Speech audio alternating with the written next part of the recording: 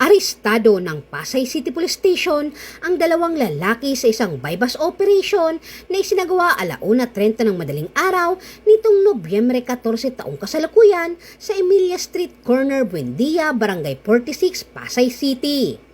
Kinilala ang mga sospek na sina alias Ega, 39 anyos, at isang 20 anyos na lalaki na kinilalang sa alias Paul na kapwa sila walang trabaho at tinutukoy bilang bagong street-level individual.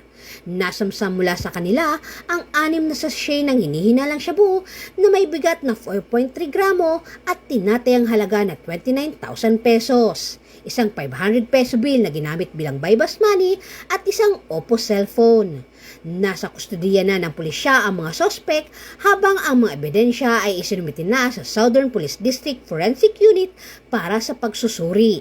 Inihahanda na ang kaso laban sa kanila para sa paglabag sa Section 513 ng Article 2 ng Republic Act 9165 o mas kilala bilang Comprehensive Dangerous Drug Act of 2002.